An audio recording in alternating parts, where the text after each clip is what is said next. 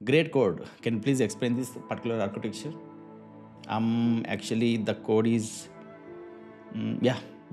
So I can so అదేరా coding skills సూపర్గా ఉంటాయి కానీ టీమ్ మీటింగ్లో మాట్లాడడం అయితే మాకు రావడం లేదు కదా. స్టాండప్లో అప్డేట్స్ ఇవ్వాలంటే ఫుల్ టెన్షన్, ఆర్కిటెక్చర్ ఎక్స్ప్లెయిన్ చేయాలంటే భయం, క్లయింట్తో మాట్లాడాలంటే బీపీ ఆటోమేటిక్గా పెరిగిపోద్ది. నేను కూడా ఎగ్జాక్ట్గా ఇదే స్టేజ్లో ఉండేవాడిని. ఫస్ట్ జాబ్లో జాయిన్ అయినప్పుడు యావరేజ్ కోడ్ అనేది రాసేవాడిని, కానీ నా కోడ్ నేనే ఎక్స్ప్లెయిన్ చేయలేక చచ్చిపోయేవాడిని అనమాట. సో ఏం చేయాలో తెలియక చాలా వరకు కష్టపడ్డాను. అంటే మనకు ప్రాపర్ గైడెన్స్ లేదు కదా. కానీ సొల్యూషన్ అయితే మీకు ప్రాపర్గా నేను ఇస్తాను, బేస్డ్ ఆన్ మై ఇష్యూస్ ఏవైతే నేను ఫేస్ చేస్తాను ప్రీవియస్గా, అవన్నీ బేస్ చేసుకొని ఈ వీడియోలో ఏం చేయాలి, ఏం చేయకూడదు, అసలు ఏం నేర్చుకోవాలి, ఏం నేర్చుకోకూడదు. సో మెయిన్ మన తెలుగు డెవలపర్స్కున్న బిగ్గెస్ట్ ప్రాబ్లం ఏంటో తెలుసా?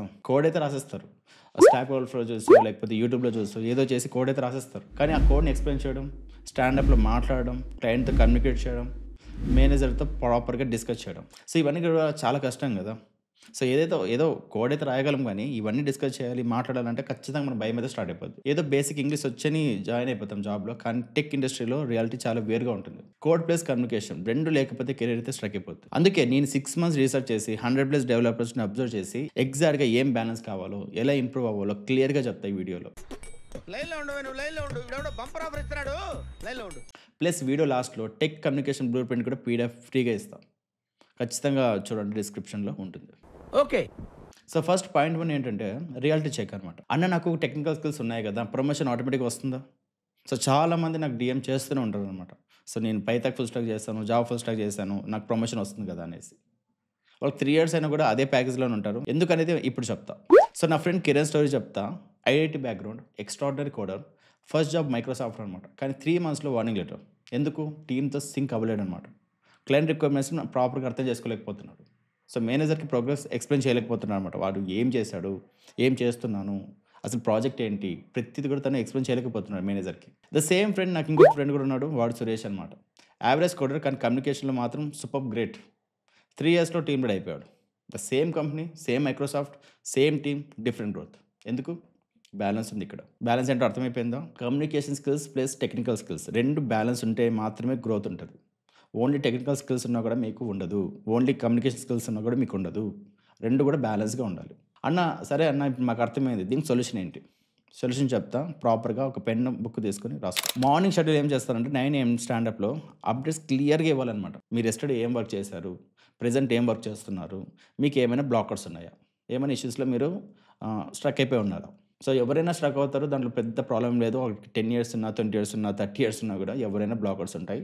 అది టీమ్తో మనం పంచుకోవాలన్నమాట, ఎందుకంటే that is called team players అనమాట. సో దాని తర్వాత ఆఫ్టర్నూన్ మీటింగ్స్లో కోర్ రివ్యూలో యాక్టివ్గా ఉండాలి. అసలు కోడ్ మనం ఏం రాసాము, అసలు మనం ఏమైనా తప్పులు చేసామా, వేరియబుల్స్ ఎలా ఇచ్చాము, ఫంక్షన్స్ ఏ విధంగా రాసాము, ఓకే ప్రాపర్గా నేమింగ్ కన్వెన్షన్ ఉందా లేదా, డిజైన్ ప్యాటర్న్స్ ప్రాపర్గా ఫాలో అవుతున్నామా లేదా, ఇవన్నీ కూడా కోర్ రివ్యూలో యాక్టివ్గా చూసుకోవాలి. తర్వాత ప్రాజెక్ట్ డిస్కషన్స్లో పార్టిసిపేట్ చేయాలన్నమాట.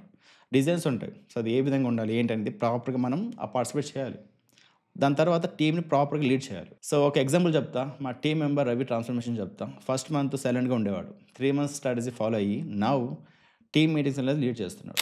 Now point 2 communication strategy. అన్న నాకు పర్ఫెక్ట్గా ఇంగ్లీష్ రాదు, నాది మొత్తం కూడా తెలుగు మీడియం. సో ఇప్పుడు యూఎస్ క్లయింట్తో ఇలా మాట్లాడాలి. సో ప్రాబ్లం ఏంటంటే భయం. నాకు భయం అవుతుందిరా. పర్ఫెక్ట్ ఇంగ్లీష్ అస్సలు వద్దు, క్లియర్ ఇంగ్లీష్ ఉంటే చాలు. ఈ సింపుల్ రూల్స్ అయితే ఫాలో అవ్వండి. ఇన్ కేస్ మీరు ఒక యూఎస్ క్లయింట్ కాల్స్తో మీరు మాట్లాడాలనుకుంటున్నారు, మేబీ 1 hour తర్వాత 2 hours తర్వాత మీరు మాట్లాడాలనుకుంటున్నారు అనుకోండి, ఫస్ట్ పాయింట్స్ అనేది మొత్తం కూడా రెడీ చేసుకోవాలి, నోట్స్ రాయాలి, క్వశ్చన్స్ అనేది ప్రిపేర్ చేసుకోవాలి. ర్యాండమ్గా ఏదో అడుగుదాం అన్నట్టు కాదు, జస్ట్ ప్రాపర్గా ముందే అన్ని ప్రిపేర్ చేసుకుని ఉండాలన్నమాట మీరు. ఇన్ కేస్ నీకు ఏమైనా అర్థం కాలేదు అనుకున్నారు అనుకోండి, సో మ్యాక్సిమం మీరేం చేస్తాం, మేము ఏమైతే చేస్తామో అది మీకు చెప్తున్నా. So could please repeat 1 more time, let me confirm that, I will check and will get back to you. ఈ 3 phases అయితే మేము ఎక్కువగా యూజ్ చేస్తాం అనమాట. డైలీ మనం మాట్లాడే యూఎస్ క్లయింట్స్ కానీ ఎవరి దగ్గర మేము మాట్లాడుతున్నప్పుడు ఇవి ఎక్కువ యూజ్ చేస్తాం. ఇంకొక స్టోరీ కూడా చెప్తాను. నా జీవితంలో చాలామంది ఉన్నారు కదా, సో వాళ్ళలో ఒక అమ్మాయి కూడా చెప్తా. ప్రియా అని ఒక అమ్మాయి ఉంటుంది. ఫస్ట్ క్లయింట్ కాల్ అనమాట, ఓన్లీ ఎస్ యా అనేది మాత్రం. 1 month ప్రాక్టీస్ తర్వాత నౌ క్లయింట్ అప్రిషియేషన్ అయితే వచ్చింది. సో తను ఎక్కువగా కమ్యూనికేట్ అవుద్ది అనమాట. బ్రో నాకు అంతా అర్థమైంది, ఇప్పటి వరకు నెక్స్ట్ ఏం చేయాలి, బ్యాలెన్స్ ఎలా మెయింటైన్ చేయాలి. ఫస్ట్ మెయిన్ ఇష్యూస్ అయితే డిస్కస్ చేద్దాం. Point 3 growth framework. Most common mistakes వచ్చేసి ఓన్లీ కోడింగ్ మీద ఫోకస్ చేయడం, కమ్యూనికేషన్ ఇగ్నోర్ చేయడం, ప్రాక్టీస్ లేకపోవడం. ఇన్ కేస్ ఎవరైనా ఫీడ్బ్యాక్ ఇచ్చారనుకోండి, ఇగ్నోర్ చేయడం. సరే ఇన్నిసార్లు ఇన్ని ప్రాబ్లమ్స్ అన్ని సొల్యూషన్ చెప్పుకున్నాం, ఇంకా ఏమైనా సొల్యూషన్ ఉంది, ఇంకేం చేయాలి, మేము ఏ విధంగా చేసుకోవాలి, మేము ఏ విధంగా communication plus technical skills 2 practice చేయాలనుకుంటే ఈ ఫ్రేమ్‌వర్క్ అయితే మీరు ఫాలో అవ్వండి. 3 మంత్స్ ప్లాన్ చేయండి. ఖచ్చితంగా మీకొస్తుంది. సో, నేను చెప్పేది ఏంటంటే టెక్నికల్ వీడియోస్ ఏవైతే ఉంటాయో అవన్నీ కూడా ఇంగ్లీష్‌లో చూడండి. సో, మనకి మాక్సిమం యూట్యూబ్‌లో నవీన్ రెడ్డి అని ఒకతను ఉంటాడు. తన వీడియోస్ చాలా బాగుంటాయి. అవి ట్రై చేయండి. దాని తర్వాత మిర్రర్ ప్రాక్టీస్ అని ఒకటి ఉంటది. మీకు ఆల్రెడీ తెలిసి ఉంటుంది కదా! మిర్రర్ ముందు మీరు మాట్లాడతారనమాట.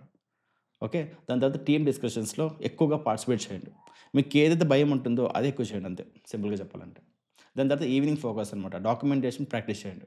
ఈమెయిల్ రైటింగ్ అనేది స్టార్ట్ చేయండి. కోడ్ ఎక్స్‌ప్లనేషన్ అయితే ప్రాపర్‌గా ఇవ్వండి. అది ఏం జరుగుతుంది? ఏంటి?